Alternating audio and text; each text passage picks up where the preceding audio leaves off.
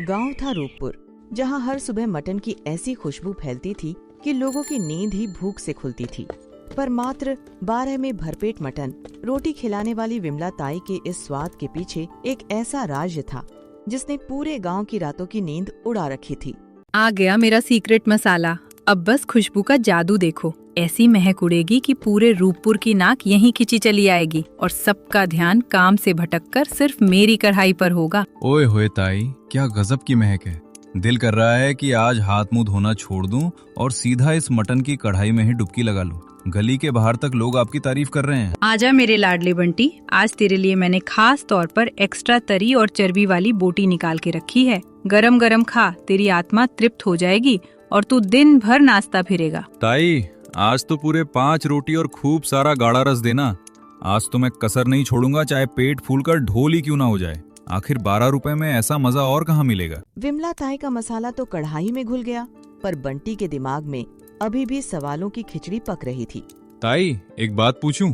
आजकल 12 रुपए में तो सूखी रोटी भी नसीब नहीं होती और आप ये मटन चावल का पहाड़ खड़ा कर देती हो। सच बताना, कहीं आपको अलादीन का चिराग तो नहीं मिल गया? अरे ओ बंटी के बच्चे, तू स्वाद पर ध्यान दे या मेरे घर के बजट के हिसाब पर। बस ये समझ ले कि ऊपर वाले का आशीर्वाद और मेरी दुआएं काम कर रही हैं, जो तुझे भरपेट खिला रही हूँ। दुआएं तो ठीक हैं ताई, पर क्या आपका मटन किसी खास पेड़ पर उगता है या फिर आपको कहीं जमीन में दबा हुआ खजाना मिल गया है जो आप इतनी दरिया दिली दिखा रही हो? ज्यादा सवाल पूछेगा तो कल से हड्डी भी चबाने को नहीं मिलेगी। चुपचाप अपना खाना खत्म कर और यहाँ से निकल, वरना तेरी प्लेट छीनकर किसी और को दे दूंगी, समझे? जैसे ही बंटी अपनी 5 रोटियां डकार कर वहाँ से खिसका, विमला ताई का मीठा चेहरा अचानक कड़वे नीम की तरह बदल गया। आया बड़ा 12 रुपए का हिसाब पूछने वाला। क्या अब मटन के साथ अपना घर बार भी इसके नाम लिखवा दूं? ये बंटी इंसान है या छोटा हाथी? 12 रुपए में 5-5 रोटियां ऐसे साफ कर गया जैसे कोई वैक्यूम क्लीनर हो। मैं मटन कहीं से भी लाऊं, चाहे मांग के या चोरी करके, तुझे बस खाने से मतलब होना चाहिए। बाप रे, सामने मिस इंडिया और पीछे गब्बर सिंह। यहाँ तो पूरी दाल ही काली लग रही है। गजाधर सीधा चाय की दुकान पर पहुंचा, जहां चिंटू, पिंटू और कल्लू पहले से ही ताई के मटन की चर्चा में डूबे हुए थे। भाइयों, बड़ी गड़बड़ है। विमला ताई 12 रुपए में जो मटन खिला रही हैं, वो कोई साधारण खाना नहीं है, बल्कि उसके पीछे कोई बहुत गहरा और डरावना राज छिपा हुआ है जो हम समझ नहीं पा रहे। सच कह रहा है भाई, 12 रुपए में तो आजकल बाजार में पानी की बोतल भी अपनी प्यास नहीं बुझा पाती। फिर ये ताई इतना सारा मांस और घी वाली रोटियां आखिर दे कैसे रही हैं? ऊपर से वो गरम गरम घी लगी रोटियां। आटा भी दिन ब दिन महंगा होता जा रहा है और मटन के दाम आसमान छू रहे हैं। क्या ताई ने घर के पीछे नोट छापने की मशीन लगा रखी है? मैंने अपने कानों से सुना, कह रही थी कि कहीं से भी चोरी करके लाऊं तुम्हें क्या, और हम सबको राक्षस बोल रही थी। सामने से जो शक्कर बनती है वो असल में जहर की पुड़ियां हैं। रामू काका धीरे धीरे चलते हुए विमला ताई के ठेले पर पहुँचे और ताई ने फिर से अपना मीठा रूप धर लिया। विमला बेटी, क्या आज के पैसे कल दे दूं? आज बुढ़ापे की जेब जरा हल्की है और पेंशन आने में अभी 2 दिन बाकी हैं। बुरा न माने तो आज उधार लिख लेना। अरे रामू काका, कैसी बातें करते हो? पहले पेट की पूजा करो, फिर पैसे की बात करना। आप आराम से बैठो, मैं अभी आपके लिए 2 एक्स्ट्रा नरम बोटी और गरम रोटियां डालती हूँ। देखो भाइयों, जैसे ही कोई सामने आया, ताई ने फिर से वही चीनी की चाशनी वाला मुखौटा पहन लिया। कितनी चालाकी से काका को अपनी बातों में फंसा रही हैं। हाँ यार, सामने इतनी मीठी की चींटियां लग जाएं और पीछे से तो ऐसी कड़वी मिर्च है कि कान से धुआं निकल जाए। इस औरत का असली चेहरा पहचानना बहुत मुश्किल है। दिन भर की थकान के बाद विमला ताई अपने आंगन में चारपाई पर सुस्ता रही थी। तभी गिरते पड़ते सोनू मजदूर ने उनके दरवाजे पर दस्तक दी। ताई, क्या इस गरीब के लिए कुछ खाने को बचेगा? इस महीने की मजदूरी अभी तक हाथ नहीं आई और पेट में भूख के मारे ऐसे चूहे कुश्ती लड़ रहे हैं कि खड़ा होना भी मुश्किल हो रहा है। अगर थोड़ा बहुत जूठन भी बचा हो तो दे देना। अरे सोनू बेटा, तू ऐसी बातें करके मुझे पाप का भागी क्यों बना रहा है? वैसे तो आज ठेला जल्दी खाली हो गया है, पर तू घबरा मत। घर के अंदर मैंने थोड़ा सा ताज़ा मटन और रोटियां बचा कर रखी हैं। मैं अभी तेरे लिए बांध कर लाती हूँ। तू आज भूखा नहीं सोएगा। विमला ताई तुरंत घर के अंदर गईं और एक टिफिन में भरपेट खाना पैक करके सोनू के लिए बाहर ले आईं।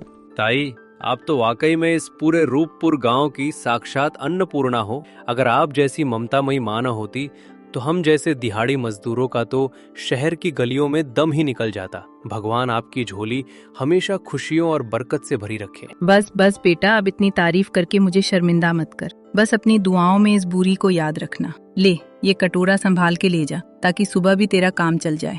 अब चुपचाप घर जा और आराम से भरपेट खाकर सो जा। रात के सन्नाटे में सोनू खाना लेकर वापस जा ही रहा था कि तभी उसे खिड़की के अंदर से ताई के बुदबुदाने की आवाज सुनाई दी और वह वहीं ठिठक गया।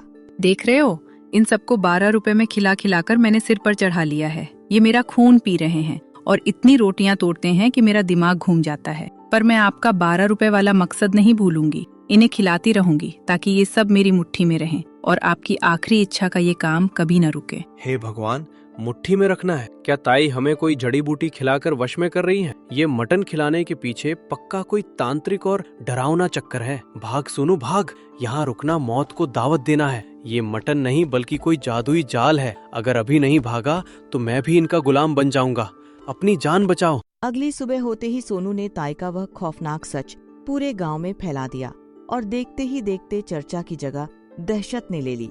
भाइयों, कल रात मैंने अपनी आंखों से ताई का असली भयानक रूप देखा और अपने कानों से वो खतरनाक बात सुनी। ताई अकेले में कह रही थी कि 12 रुपए वाला मकसद हर हाल में पूरा करना है और सबको अपने कब्जे में लेकर मुट्ठी में बंद करना है। और वो मटन, जरा सोचो, आज के जमाने में 12 रुपए में तो सूखी हड्डी भी नहीं मिलती। कहीं ताई रात के सन्नाटे में शमशान तो नहीं जाती?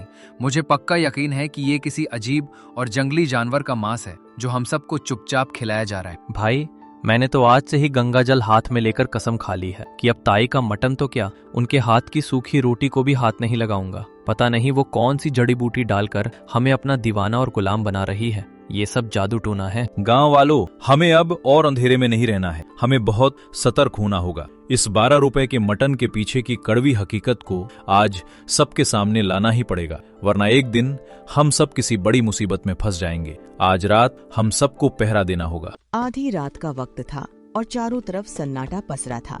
तभी विमला ताई सिर पर एक भारी बोरा लादे दबे पांव गांव की सरहद की ओर बढ़ने लगी।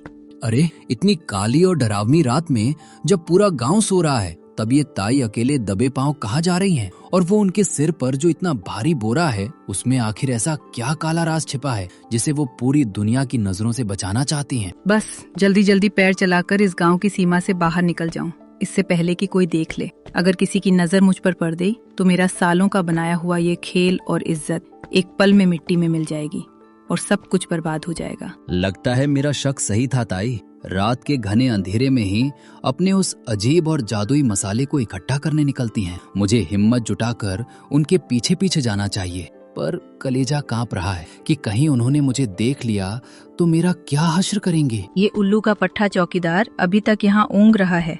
इसकी ड्यूटी खत्म क्यों नहीं होती? मुझे जरा संभल कर इन झाड़ियों की आड़ लेकर छिप कर निकलना होगा, वरना इसकी बेकार की पूछताछ शुरू हो जाएगी और मैं पकड़ी जाऊंगी। जल्दी चलो विमला। जंगल के सन्नाटे के बीच एक पुराना और सुनसान घर था, जहां विमला ताई उस अजनबी बूढ़े आदमी से गुपचुप तरीके से मिलने पहुंची थी। कहो विमला, क्या सारा सामान सही सलामत मिल गया? मैंने बहुत जोखिम उठाकर और बड़ी मुश्किल से इसका इंतजाम किया है। बस ये ध्यान रहे कि ये सब कुछ अच्छे से पैक रहे और किसी को इसकी महक तक ना आए, वरना लेने के देने पड़ जाएंगे। जी, मैंने सब सावधानी से ले लिया है, आप बिल्कुल फिक्र मत करो। गांव वालों को कानों कान भनक भी नहीं लगेगी। ये 12 रुपए का खेल बहुत बड़ा है और अगर इसका राज दुनिया के सामने खुला तो मेरी बहुत बदनामी हो जाएगी और मकसद अधूरा रह जाएगा। हे भगवान, मेरी आंखें क्या देख रही हैं? ये तो कोई बहुत बड़ी गैर कानूनी डीलिंग चल रही है। इस भारी बोरे में पक्का कुछ ऐसा नशीला सामान है जो गांव में लाना मना है। ताई तो ऊपर से भोली बनती हैं, पर अंदर से बहुत बड़ी खिलाड़ी निकली। ठीक है विमला बेटी, अब समय बर्बाद मत करो और जल्दी यहाँ से निकलो। जब तक मैं जिंदा हूँ, तुम्हारे पति का ये मिशन रुकना नहीं चाहिए, चाहे दुनिया इधर की उधर हो जाए। तुम अपना ये काम पूरी हिम्मत के साथ जारी रखो और पीछे मुड़कर मत देखो। पंचायत घर के बाहर मक्खन कसाई ने जब चोरी की अजीब दास्तान सुनाई तो सरपंच के मन में ताई को लेकर शक की चिंगारी और तेज सुलग उठी। सरपंच जी, मेरी दुकान में पिछले कुछ दिनों से बहुत ही अजीब और गरीब चोरी हो रही है। रोज रात को कोई चुपके से आता है और सिर्फ बेकार की हड्डियां और वेस्ट सामान बटोर कर ले जाता है, लेकिन कीमती ताजा मांस को कोई हाथ तक नहीं लगाता। हड्डियां और वेस्ट सामान, और दूसरी तरफ हमारी विमला ताई सिर्फ 12 रुपए में सबको भरपेट मटन खिला रही हैं। ये इत्तेफाक तो नहीं हो सकता। क्या तुम्हें भी लगता है कि वो इन्हीं बेकार चीजों पर कोई काला जादू करके उन्हें स्वादिष्ट मांस में बदल रही हैं? साहब, मेरी छोटी सी बुद्धि में तो कुछ समझ नहीं आ रहा, पर पूरे गांव के लोग कह रहे हैं कि ताई रात को भूतिया जंगलों में भटकती हैं। कहीं ऐसा तो नहीं कि वो कोई खतरनाक तांत्रिक विद्या सीख रही हैं और हम सबको अपना मोहरा बना रही हैं? मामला बहुत पेचीदा और हाथ से निकलता जा रहा है। गांव की सुरक्षा का सवाल है। आज दोपहर को ही पूरी पंचायत बैठेगी और वो भी सीधे ताई के ठेले के सामने ही होगी। दूध का दूध और पानी का पानी आज सबके सामने होकर ही रहेगा। हम सच जानकर रहेंगे। बाजार के एक कोने में स्थित मसाले की पुरानी दुकान पर जब ताई पहुंची तो पीछे से पीछा कर रहे गजाधर के हाथ उनकी गुप्त साजिश का सबसे बड़ा सबूत लग गया।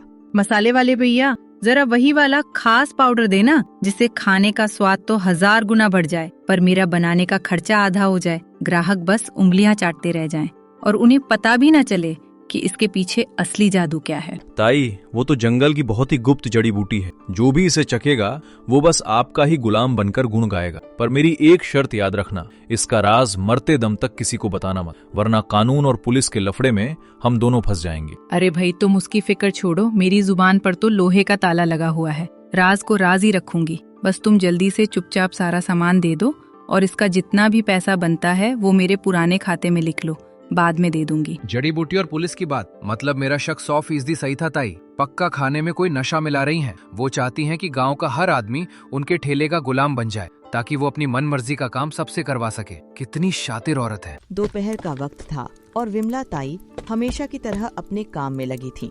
तभी अचानक सरपंच पूरी पंचायत और गुस्से से भरी भीड़ के साथ वहाँ आ धमके। विमला ताई, बस बहुत हो गया। अब आपका ये मीठी बातों का नाटक और नहीं चलेगा। आज पूरे रूपपुर गांव को आपसे इस 12 रुपए वाले रहस्य का जवाब चाहिए। आखिर इतनी महंगाई में आप ये मटन खिलाने का खर्चा कहां से लाती हैं और इसकी हकीकत क्या है? हाँ ताई, अब सब सच सच उगल दो, वरना अच्छा नहीं होगा। वो रात का रहस्यमय बोरा, वो जंगल का अनजान बूढ़ा आदमी, वो नशीली जड़ी बूटी और आपका वो गुप्त मकसद क्या है? हम सब आपकी एक एक चाल को अच्छी तरह जान चुके हैं। अब बच नहीं पाओगी। अरे, आप सब लोग अचानक भीड़ बनाकर यहाँ क्या करने आए हैं? सरपंच जी, क्या आप भी इन खाली दिमाग वाले और बहकावे में आए लोगों की फालतू बातों में आ गए? क्या आपको इस बूढ़ी विमला पर जरा भी भरोसा नहीं रहा जो सालों से आपकी सेवा कर रही है? ताई, अब सफेद झूठ मत बोलो। मैंने अपनी आंखों से आपको फोटो से बात करते देखा था कि आप हमें अपनी मुट्ठी में रखना चाहती। क्या आप हमें कोई नशीली चीज खिलाकर अपना गुलाम बनाने की कोशिश कर रही हो? हमें अपना सच बताओ, वरना अंजाम बुरा होगा। पागल हो गए हो क्या सबके सब? जिसे तुम कोई गुंडा या तांत्रिक समझ रहे हो, ये मेरे ससुर जी हैं। शहर में इनकी बहुत बड़ी होटल थी। वहाँ जो दिन भर का ताज़ा मटन बच जाता है, ये वही यहाँ लाते हैं ताकि वो बर्बाद ना हो और गांव वालों के काम आ सके। और वो जो भारी बोरा जिसे तुम लोग कोई खजाना या नशा समझ रहे थे, उसमें सिर्फ सूखी लकड़ियाँ होती हैं। विमला रात को जंगलों से लकड़ियाँ चुनती ताकि ईंधन का पैसा बच सके, और वो आपको मात्र 12 रुपए में भर पेट खाना खिलाने का अपना वादा पूरा कर सके। मेरे स्वर्गवासी पति का हमेशा से एक ही सपना था कि हमारे गांव में कोई भी गरीब इंसान पैसे की कमी की वजह से कभी भूखा ना सोए। इसलिए हम अपनी पूरी पेंशन और मेहनत लगाकर बस उनका यही मकसद पूरा कर रहे हैं ताकि उनकी आत्मा को शांति मिले। ताई, मुझे अपनी नासमझी के लिए माफ कर दो। मैं तो वाकई में बिना अकल का राक्षस निकला। पर अब से आप अकेले मेहनत नहीं करेंगी। कल से सारी लकड़ियां मैं और ये गजाधर ढोकर लाएंगे। आप बस हमें ऐसे ही अपने ममता भरे हाथ से मटन खिलाती रहना। तो दोस्तों, ये थी 12 वाले मटन के पीछे छिपी ममता और त्याग की कहानी। अगर आपको ताई की ये सच्चाई और हमारी ये कोशिश पसंद आई हो तो इस वीडियो को लाइक करें, कमेंट में अपनी राय जरूर दें और ऐसी ही दिलचस्प कहानियों के लिए हमारे चैनल को सब्सक्राइब करना न भूलें। मिलते हैं अगली कहानी में।